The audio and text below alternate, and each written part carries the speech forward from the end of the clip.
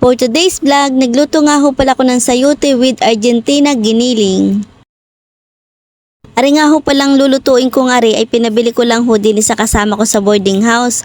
Pinabili ko nga lang ho pala siya ng Argentina giniling, 2 sayote, 1 sibuyas at bawang.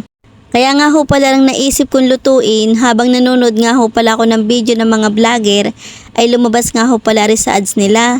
Yung luto nga ho pala ng sayote with Argentina giniling. Kaya naman ho dali-dali kong chinat yung aking kaboardmate na bumili nga ho pala ng sayote at saka ho yung Argentina giniling.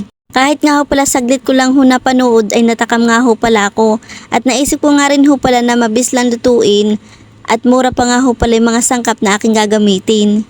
Nagayat ko na nga ho pala dyan yung sayote ng medyo maninipis, sinunod ko naman hong gayatin aring sibuyas, tapos ho aring bawang, medyo maninipis lang din ho yung pagkakagayat ko diyan. Pagkatapos ko nga ho pala magayat yung mga sangkap, atin naman hong huhugasan aring sayote. Pagkatapos naman ho ay magsisindi na ho ako na ring kalan at isasalang na ho natin aring ating kawali. Kapag nga ho pala mainit na ay maglalagay naman ho tayo ng mantika tapos ilalagay na ho natin aring bawang at isusunod ho natin aring sibuyas. Halu-haluin lang ho natin kapag nga ho pala yung mabango na ilalagay na ho natin aring Argentina giniling. First time ko din nga ho pala magluto na rin kaya naman ho kung anong alam ko na lang ho sa pagluluto yun na lang ho yung ginawa ko din eh. Sinangkutsa ko nga lang ho pala rin giniling pagkatapos nilagay ko na nga ho pala rin sayote. Hinalo-halo ko lang ho ng kaunti at maglalagay na ho tayo dyan ng pampalasa ng asin, umami, paminta.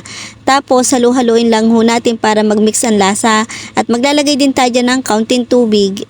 Atin muna nga ho palang tatakluban para ho mabilis maluto ring ating gulay. Makalipas ang ilang minuto, atin naman ho titikman kung anong lasa na ho na ring aking nilulutong gulay. Dahil medyo matabang nga ho pala, nagdagdag nga ho pala ako ng kaunting patis. At makalipas ulit ang ilang minuto, arin na nga ho luto na yung ating sayote na may giniling. Dahil luto na nga ho pala ring ating gulay, atin muna nga ho palang hahanguin din sa kawali at pwede na ho tayong kumain. Tara mga kalinggit, kain ho tayo din eh. Abay ano pa hong iniintay nyo dyan, kumuha na ho kayo dyan ng bahaw. At masarap po rin sa aking gulay na bagong luto at mainit-init pa. At may tira nga ho pala kaming adobo at hindi nga ho pala namin naubos.